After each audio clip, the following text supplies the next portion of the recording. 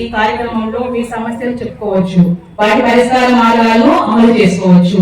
ఇది మీ కార్యక్రమం కాబట్టి మీరు చాలా సైలెంట్ గా ఈ కార్యక్రమాన్ని చూడాలి, వినాలి, ఏమైనా సమస్యలు ఉంటే పరిష్కరించుకోవాలి. ఆరోగ్యం గురించి కూడా చాలా బాగా చెప్పారు. ఈ విషయాలన్నింటినీ మీరు చాలా బాగా వినాలి. అయితే మనం మొదటగా మన ప్రధాన సమస్య ఏంటంటే నీటి సమస్య. ఉందా లేదండి? నీటి సమస్య ఉందా? నీటి సమస్య మనం ఎదుర్కొంటున్నారా లేదా? ఉందా? ఉందామా? నీళ్ళు వస్తలేవు కాబట్టి దాని గురించి మనం పరిష్కరించుకోవాలి. మనకి ప్రత్యేకంగా మన వాటర్ ట్యాంకులను ఎక్కువగా అందుబాటులోకి తీసుకురావాలి. మళ్ళీ మిషన్ భగీరథ పనులు సక్రమంగా సకాలంలో కంప్లీట్ చేయాలి.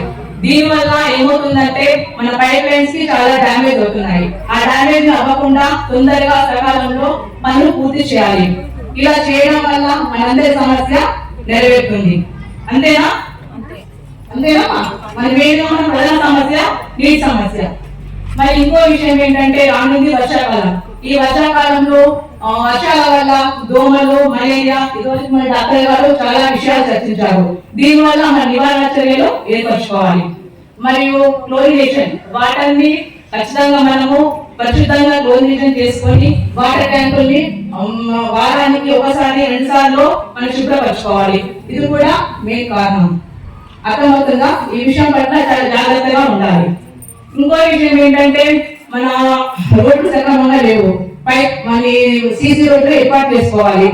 అది ఖచ్చితంగా మనం తొందరగా ఏర్పాటు చేసుకుంటే మన తరాలకి, మన పిల్లలకి, మనకి అందరికీ సౌకర్యంగా ఉంటుంది.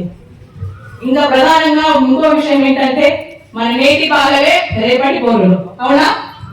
నేటి బాలలే రేపటి పౌరులు కాబట్టి మన బాలల్ని సంరక్షించుకునే బాధ్యత మనందరికీ ఉంది.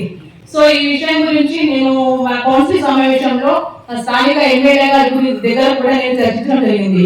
ఇక్కడ చాలా మంది పిల్లలు మద్యానికి, డ్రగ్స్ కి బానిసలు అవుతున్నారు. ఈ విషయంలో చాలా బాగా మనము దాని పట్ల సమస్యని పరిష్కరించుకోవాలి. మళ్ళీ ఇక్కడ గవర్నమెంట్ స్కూల్ కాదు, అడోలసెన్స్ ఏజ్ పిల్లలు మినిమం 16 to 18 years పిల్లలు. నేను ఒక పని సందర్భంలో అక్కడ ఉన్నప్పుడు మా ఎదుటనే ఒక 1 hour లో అట్లీస్ట్ ఒక 15 బైక్స్ అలా ఆధారకుండా వెళ్తున్నాయి.